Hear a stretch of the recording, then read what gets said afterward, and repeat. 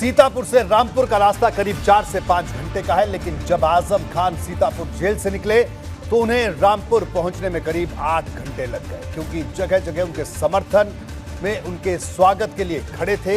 आजम खान के चेहरे की चमक अलग ही कहानी बयां कर रही थी।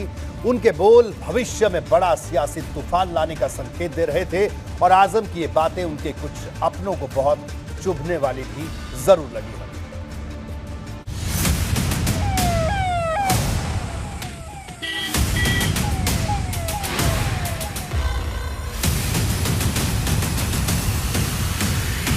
इस दरख्त की जड़ों में जहर डालने वाले लोग अपने हैं। बेशक गम ये नहीं है कि इस दरख्त के दुश्मन कौन हैं। बेशक शर्म इस बात की है कि इस तालीमी मिशन को नुकसान पहुंचाने वाले या नफरत के एजेंडे वालों की तरफ से है, लेकिन ज्यादातर जुल्म तुम पर, हम पर और हमारे आने वाले लगा दे हमारे ही अपने हाथों से होगा। जेल की सलाखों से बाहर आकर आजम जैसे ही रामपुर पहुंचे, ऐसा लगा जैसे चेहरे पर चमक आ गई हो। हम आपके सामने जिंदा खड़े हैं, ये मोजज़ा सा है। बेशक क्योंकि हमें जहाँ रखा गया था वहाँ अंग्रेजों के जमाने में उन कोठरियों में उन लोगों को रखा जाता था जिन्हें अगले 2-3 दिन बाद फांसी दे जाना होता। बेशक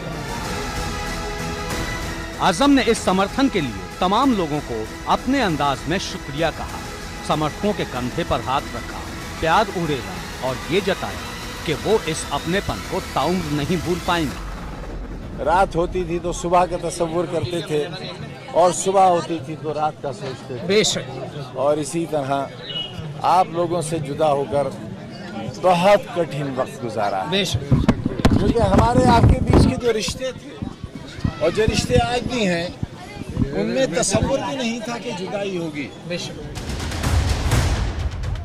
इससे पहले सीतापुर जेल से चलकर आजम का काफिला रामपुर के बीच जिन जिन रास्तों से गुजरा, हर जगह समर्थक उनकी एक झलक पाने को बेताब दिखे।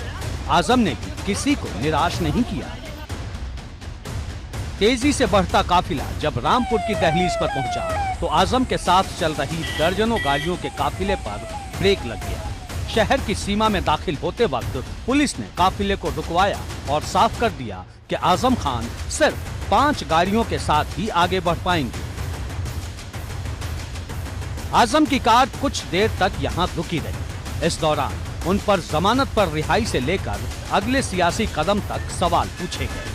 आजम से सपा में बने रहने या फिर नई राह तलाशने पर भी सवाल पूछे गए, लेकिन आजम खामोश रहे।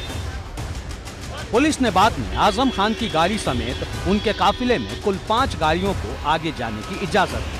आजम का काफिला वहां से रामपुर में दाखिल हुआ, जहां सैकड़ों समर्थक उनके स्वागत के लिए इंतजार कर रहे थे। दिन जुमे का था। जुमे की नमाज के लिए घर से बाहर निकले आजम के कई समर्थक बाद में अपने नेता के घर पहुंच गए। धीरे धीरे वहां भीड़ बढ़ती गई।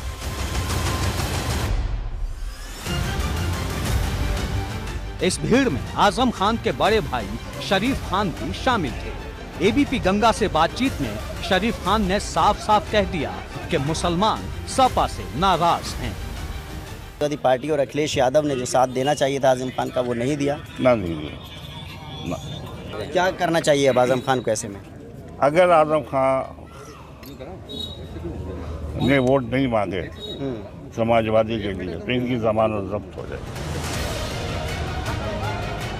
आजम के घर के बाहर इसी तरह लोग अपने मन की बातें सुनाते रहे। इस बीच जैसे ही यहां आजम का काफिला पहुंचा, समर्थक उनकी एक झलक पाने के लिए बेचैन हो गए। 27 महीने बाद रामपुर के लोगों ने आजम को करीब से देखा। अपने नेता को अपने बीच पाकर इनका जोश आसमान पर था। हमारे साथ जो हुआ,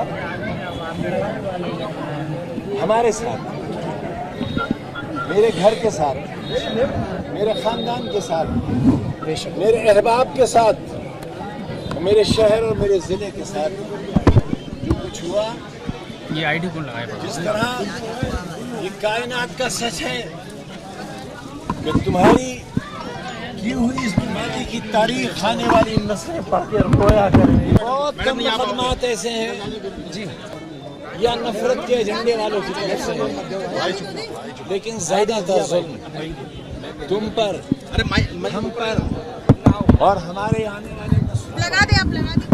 हमारे ही अपने हाथों से हुआ है। हमने ये गलियां तकरीबन 3.5 बरस बाद देखी हैं बेशक, और हम आपके सामने जिंदा खड़े हैं, ये मोजज़ा सा है बेशक।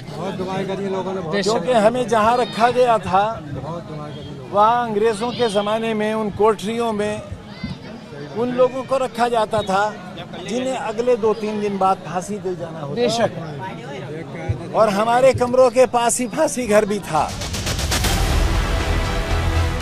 आजम खान ने कहा कि कुर्बानी हालात ने हमसे ली थी और 40 साल का सफर बेकार नहीं जाएगा। हम अकेले थे, अपने बच्चे के आने के बाद, बीवी के आने के बाद, बस दीवारें थीं, छत थी, रात होती थी तो सुबह का तसव्वुर करते थे और सुबह होती थी तो रात का सोचते थे। बेशक। और इसी तरह आप लोगों से जुदा होकर बहुत कठिन वक्त गुजारा। बेशक। आजम की हर बात में एक चुभन सी थी। मौन की दीवार टूट चुकी थी। भावनाओं का समंदर जब उमड़ा तो फिर जुबान से निकले हर शब्द में धार नजर आई। हमने अपनी मोहब्बत, अपनी वफादारी साबित कर दी।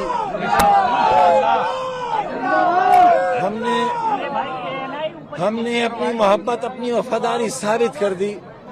अब बाकी का सबूत आपको देना है। 27 महीने बाद खुली हवा में सांस लेने के बाद आजम के लब से निकले ये आजाद बोल एक बड़ा इशारा है। एबीपी गंगा के लिए रामपुर से उबैदुर रहमान के साथ विवेक त्रिपाठी की रिपोर्ट।